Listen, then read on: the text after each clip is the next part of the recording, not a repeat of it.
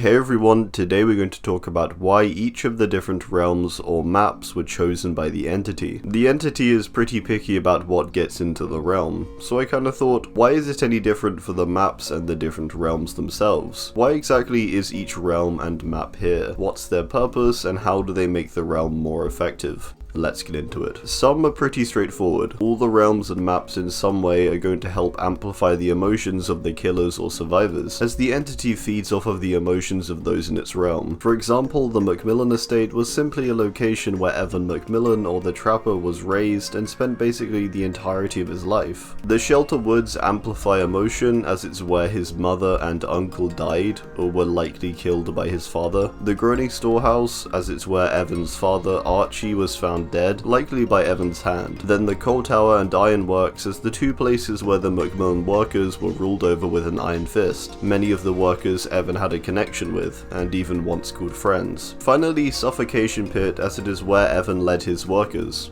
down into the mines, caving them in, and leaving them to die. It represents his embracing of the entity's darkness. So, fairly simple, each place holds emotional value for the Trapper, and so the entity used these places to manipulate and raise the Trapper's emotions, reminding him of key emotional moments from his life. Coldwind Farm was a place where the hillbilly or Max Thompson Jr. grew up. I would say each location on the farm isn't particularly meaningful, more so just the farm as a whole is a place where Billy experienced the abuse of his parents, and where he eventually killed them and a bunch of other people. It's a place that he feels at home, and the only place he knows, but it's also a place of great rage and anger from years of being trapped. This would cause Hillbilly to want to protect it, but also unleash his anger on those who trespass into it, making him more effective in the trials. Autohaven Wreckers, in a similar way, is a place of great emotion for the Wraith or Philippa Jomo. The Wreckers Yard was where he worked, starting fresh with a new life after fleeing the war in Nigeria. During his time working at Autohaven, he unknowingly killed a bunch of people in the Crusher. Each car he crushed ended up having a person inside. Philip's boss, Azarov, turned out to be the provider of a body disappearing service to other criminal clients, which Philip was unknowingly assisting him with. This then led to Philip lashing out and killing his boss. So Autohaven is somewhere he thought he was comfortable, believing he had escaped the violence of his old life, but he was actually being used. The evil he thought he escaped found him once more. Autohaven therefore is the resting place of the many people he unknowingly killed, but also the resting place of his boss. It was always somewhat strange to me, especially after reading his tome lore, that we didn't have a map back in Philip's hometown, or country of Nigeria. I think the reason however was that,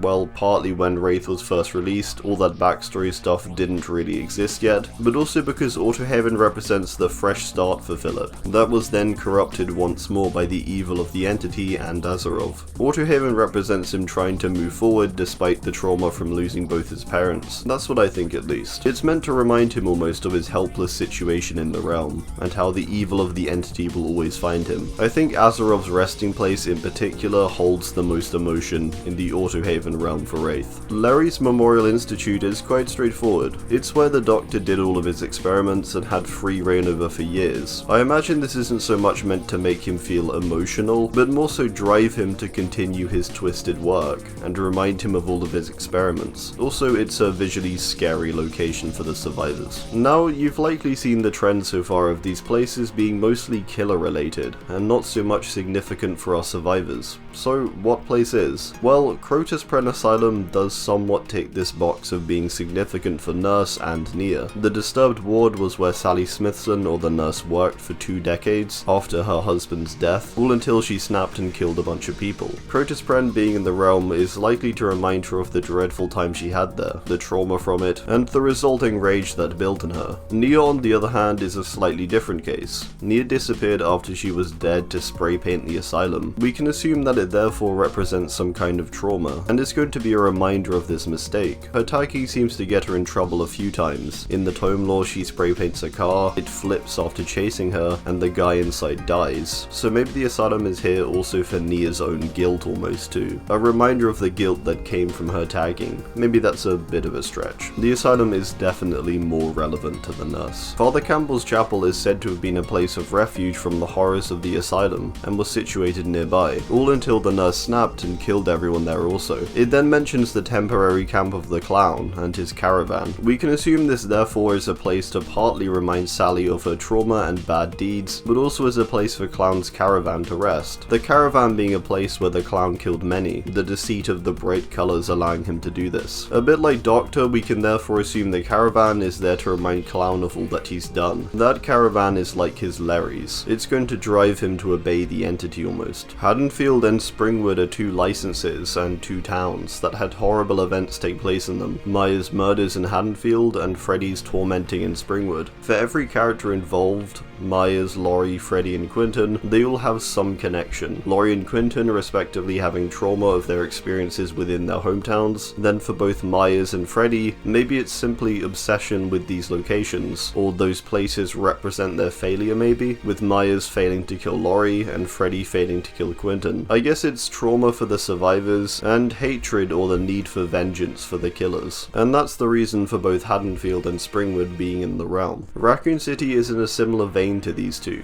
It's a city where many emotional events occur for our Resident Evil characters in the realm. For Leon and Jill, they both worked at the RPD, or Leon was about to work at the RPD. They both therefore have a desire to protect the city itself and have an emotional tie to that protection. Then for Nemesis, the city likely is a thing that makes him angry, as it's the place where he failed to complete his goal of eliminating stars. So it drives him, I imagine, to be angrier and more aggressive upon sight of the RPD or the city, which is basically what the entity wants. Hawkins National Laboratory is in a similar situation. It's the focal point in Stranger Things for bad things happening in the small town of Hawkins. It's this location that turns the lives of Steve and Nancy upside down, and so it likely represents this otherworldly dread to them. If the Demogorgon has emotions, then the laboratory likely holds significance, as it's the place where the upside down first broke through to our world. The fact that the gateway is sealed could also incite some form of rage, reminding it of when 11 closed them off. Backwater Swamp is a location nearby to Lisa Sherwood's hometown. The swamp holds significance as it's a location where she was not only raised but fell captive after she lost her way in the woods. Grim Pantry is the location where Lisa was kept after she was captured. She was chained within the pantry by her captors, which we can see in game with all the skeletons and chains around the lower areas of the main structure. This, of course, is going to evoke great emotion in Lisa and remind her of her captors and what they did, but also the need for revenge as a result. I think that's pretty clear reasoning for choosing this location. The other map of this realm is the Pale Rose. This was initially a weird one to me. It's part of the swamp, so it makes sense, I guess. However, I never really understood why this location in particular. Reading into its lore though, we can read specifically that it was visible from the village, and inside there were signs of inhabitation, particularly in the upper states room, where strange ritualistic markings in dried blood and dirt cover the floor were found. Presumably this was the place the hag primarily roamed and lived essentially after she escaped her captors and became the hag, before she was taken by the entity. This represents the monster she has become, and the place she called home after becoming the hag and embracing the magic of the hexes. It's also going to be kind of a Billy situation. She's going to see this as her territory, so when the survivors trespass, she has more motivation to stop them. Red Forest is an interesting one. We have the more straightforward Mother's Dwelling, which is a location within the woods roamed by the Huntress. It mentions in its lore that it's run down but someone still lives there, the Huntress. The Huntress's home within the woods and the place she was raised as a child is going to remind her not only of her mother, but her failure to protect children herself. Further, it is likely the entity attempting to make the Huntress think that the survivors are attempting to steal her land or hurt her by coming onto it. Even if it's not quite the same, she's going to think she's at home within the woods and her house, making her more likely to protect it, which is what the entity wants. The Temple of Purgation is a strange one, as it doesn't make all too much sense for it to be inside the Red Forest. In its lore, it interestingly mentions that this structure came specifically from the memories of the Plague or Adiris. I imagine it was taken to remind Adiris to keep her faith or loyalty toward the entity, but also to maybe cast some doubt and rage within her, as she sees the temple eroded and overgrown in the unfamiliar Red Forest. This will cause an inner conflict of both trust and loyalty to the entity, as it brought along the temple, but rage and a drive from the fact fact that she may have been deceived when she was taken by it, as the temple is eroded. Gideon Meat Plant first off is the death place of Detective Tapp. This was the place he was literally shot and would have been killed before arriving in the realm. Looking at his lore and his thoughts as he gets shot, this is a highly emotional moment and place for him. For Pig, or Amanda, this was where she helped Kramer prepare many of his games. When taken to the realm, she believes she is still meant to carry on these games, in the role of the pig, and so the Gideon Meat Plant is likely to reassure those thoughts also, driving her to do well in the trials, and also remain loyal to the entity, who she believes is working with Kramer in some way. The family residence on the Yamaoka Estate carries a great amount of emotion for both Kazan and Rin Yamaoka. Kazan, or the Oni, will see this place, and it will remind him of his failure to uphold his family legacy, and also his destruction of it, as he sees the dilapidated estate, bringing a great deal of anger. For Rin, or the spirit, this was the place she found her mother murdered by her father, and the place she was also attacked by him, and would have died had she not been taken. So clear emotional links there, a reminder and refresher for her rage and need for vengeance. Sanctum of Wrath is a place which is here likely to make the Oni or Kazan Yamaoka even angrier. After killing his father and feeling lost, he finds the sanctum and sees the statue of an Oni there. It infuriates him, and so he destroys it. It then mentions in the lore that to annoy him even more, the entity brought the statue or the sanctum back, but this time put it onto his family estate to get even more rage. Ormond is one that applies to both Legion and Jeff.